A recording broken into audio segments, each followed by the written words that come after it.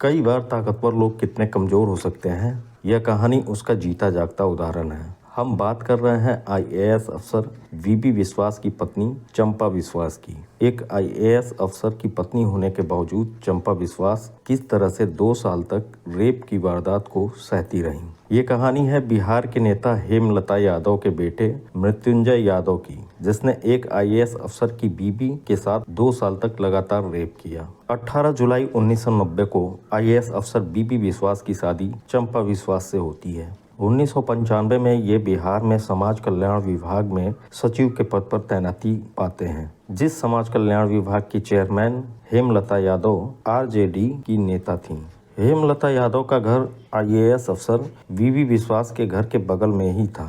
एक दिन हेमलता यादव के बेटे मृत्युंजय यादव ने चंपा विश्वास को घर पे बुलाया और बोला कि उनके नौकर की तबीयत खराब है। तो चंपा विश्वास जब मदद के लिए उसके घर पहुंचती हैं तो देखती हैं कि मृत्युंजय और कुछ लोग, जिसमें कुछ नेता भी थे, तो वह घबरा जाती है। इस दौरान मृत्युंजय दरवाजा बंद कर लेता है। फिर चंपा विश्वास दरवाजा पीटती चिल्लाती है, लेकिन कोई मदद के लिए नहीं आता। फिर मृत्युंजय यादव उनका जबरदस्ती रेप करता है और उनकी नंगी तस्वीरें भी लेता है। बोलता है कि ये बात अपने पति या किसी को अगर बताएगी तो पूरे परिवार को खत्म कर देंगे, और जो तस्वीरें और वीडियो उसके पास है उसको हर जगह वायरल करके बदनाम कर देंगे। यहीं से आरजेडी नेता के बेटे की ब्लैकमेलिंग शुरू होती है। और फिर सिर्फ मृत्युंजय ने ही नहीं बल्कि उसके दोस्तों ने चंपा विश्वास का कई बार रेप किया, जिसकी वजह से चंपा विश्वास प्रेग्नेंट भी हो गई और फिर उन्होंने अबार्शन भी करवाया। फिर ये बात बीवी विश्वास के संज्ञान में आया।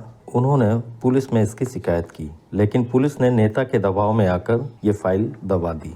जब पुलिस से भी मदद नहीं मिली तो आईएएस अफसर बीबी विश्वास ने राज्यपाल को चिट्ठी लिखी, जिसका मौजूदा राज्यपाल ने संज्ञान लिया और बाकायदा इस घटना पर प्रेस कॉन्फ्रेंस भी किया, जिस पर पुलिस ने भी संज्ञान लिया और फिर जाकर मृत्युंजय को पुलिस ने गिरफ्तार किया। वो लगभग 5 साल जेल में रहा और उसकी मां 3 साल तक जेल में रही। उसके कुछ दिनों बाद दोनों को बेल मिल गई। फिर 2002 में पटना की लोअर कोर्ट ने अपना फैसला सुनाया, जिसमें मृत्युंजय को इस रेप का दोषी करार दिया गया और मृत्युंजय को 10 साल की कठोर कारावास की सजा सुनाई गई। मृत्युंजय की मां को इस घटना में सहयोगी मानते हुए 3 साल की सजा सुनाई गई। चूंकि 3 साल की सजा पहले ही हेमलता यादव काट चुकी थी, इसलिए उनको जेल नहीं हुई, लेकिन मृत्युंजय को जेल भेज दिया गया। फिर मृत्युंजय ने इसे पटना हाईकोर्ट में चैलेंज किया। पटना हाईकोर्ट ने निचली अदालत के फैसले को पलट दिया और मृत्युंजय को भी बरी कर दिया। यहाँ ये दलील दी गई कि 2 साल तक चंपा विश्वास का रेप होता रहा और उन्होंने इसकी खबर पुलिस को क्यों नहीं दी, जबकि वह पावरफुल व्यक्ति की पत्नी थी। विपक्ष के वकील ने यह दलील दी कि दरअसल चंपा विश्वास और मृत्युंजय की प्रेम कहानी चल रही थी, जिस वजह से वह 2 साल तक चुप रहीं। और बाद में चंपा विश्वास ने जब मृत्युंजय से शादी करने की जबरदस्ती की और शादी के लिए मृत्युंजय द्वारा मना किए जाने पर रेप का झूठा केस लगवा दिया। सरकारी विभाग द्वारा ठीक से तथ्य न पेश कर पाने की वजह से चंपा विश्वास यह केस हार गई। इस गम के साथ दोनों पति पत्नी दिल्ली शिफ्ट हो गए, क्योंकि यहाँ पर उनको तरह तरह से धमकियां आए दिन मिलती रहती थीं।